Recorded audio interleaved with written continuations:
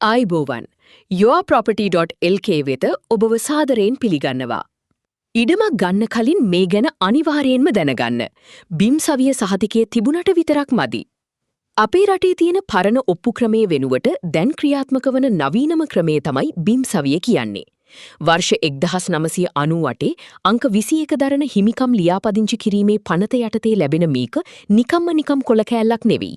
මේක රජයෙන් ඔබේ ඉඩමේ අයිතියට දෙන සුපිරිම වගකීම් සහතිකයක්. ඒත් ඔබ අතේ තියෙන බිම් සවිය සහතිකයේ හිමිකම් පන්තිය, එහෙමත් නැත්නම් ක්ලාස් ඔෆ් ටයිටල් මොකක්ද කියලා ඔබ දන්නවාද? බිම් සවිය සහතිකයක අයිතිය ප්‍රධාන වශයෙන් වර්ග 3කට බෙදෙනවා. ඉඩමක් ගන්න කලින් හරි බැංකුවකින් ණයක් ඉල්ලන්න කලින් මේ ගැන අනිවාර්යයෙන්ම දැනගෙන ඉන්න එක ගොඩක් වටිනවා. පළමු පන්තියේ හිමිකම. මේක තමයි ඉඩමකට තියෙන්න පුළුවන් ඉහළම සහ පිරිසිදුම අයිතිය. මේ අදහස් වෙන්නේ අයිතිය ගැන කිසිම විවාදයක් නැහැ.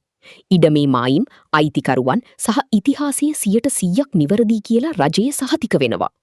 මෙහි ඇති විශේෂත්වය තමයි යම් හියකින් රජයේ අත්වැරදිකින් ඔබට අයිතිය අහිමි වුණොත් රජයෙන් වන්දි ගන්නත් මේ පන්තියේ සහතිකවලට පුළුවන්.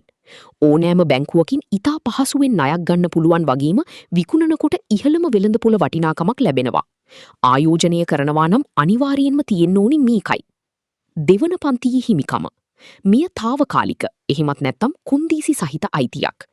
අයිතිය තහවුරුයි, හැබැයි අනාගතයේදී විසඳාගත යුතු පොඩි ගැටලුවක් ඉතිරිව තියෙනවා. උදාහරණයක් විදියට ඉඩමේ මායිම් ගැන අසල්වැසියන් එක්ක ආරාවුලක් තිබීම, පවුලේ උරුමය බෙදද්දී කෙනෙකුගේ අත්සනක් අඩුවීම, හෝ ජීවිත භුක්තිය වැනි කොන්දීසියක් තිබීම දක්වන්න පුළුවන්. සාමාන්‍යයෙන් වසර 10ක් 12ක් කිසිම ආරාවුලක් නැතුව භුක්ති විඳට පස්සේ හෝ අදාළ ගැටලුව විසඳාගත්තට පස්සේ මේක පළමු පන්තියට හරවගන්න පුළුවන්. හැබැයි බැංකු ගනිද්දී අමතර ලියකිවිලි ඉල්ලන්න ඉඩ තියෙනවා. තෙවන පන්තියේ හිමිකම. මේක නම් ගොඩක් ප්‍රවේශමින් කටයුතු කරන්න ඕන අවස්ථාවක්. මෙහි තීරුම ඉඩමට නිවැරදි ඔප්පු හෝ ලියකිවිලි නැහැ. හැබැයි කාලයක් තිස්සේ පදිංචිව සිටිය නිසා භුක්තිය තහවුරු වෙලා තියෙනවා කියන එකයි. මෙහි අවදානම තමයි නීතිමය හිමිකම 100%ක් තහවුරු නැති නිසා වෙනත් අයෙක් අයිතිය ඉල්ලලා නඩු පවරන්න ඉඩක් තියෙනවා.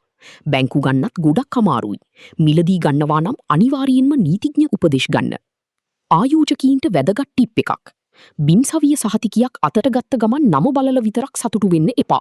සහතිකයේ උඩින්ම තියෙන හිමිකම් පන්තිය තීරුවේ පළමු පන්තිය කියලා තියෙනවාදයි අනිවාර්යයෙන්ම පරීක්ෂා කරන්න. ඒ වගේම බැරකම් තීරුවෙන් ඉඩම එපියට තියලා ණය අරගෙනද කියලාත් බලා ගන්න පුළුවන්. පිරිසිදු ආයෝජනයකට නිවැරදි දැනුම අත්‍යවශ්‍යයි. දීපල නීති ගැන මේ වගේ තවත් වටිනා තොරතුරු දැනගන්න දිගටම අපිත් එක්ක එකතු වෙලා ඉන්න. ඔබගේ දීපල ඉක්මනින් විකිණීමට සහ මිලදී ගැනීමට දැන්ම පිවිසෙන්න yourproperty.lk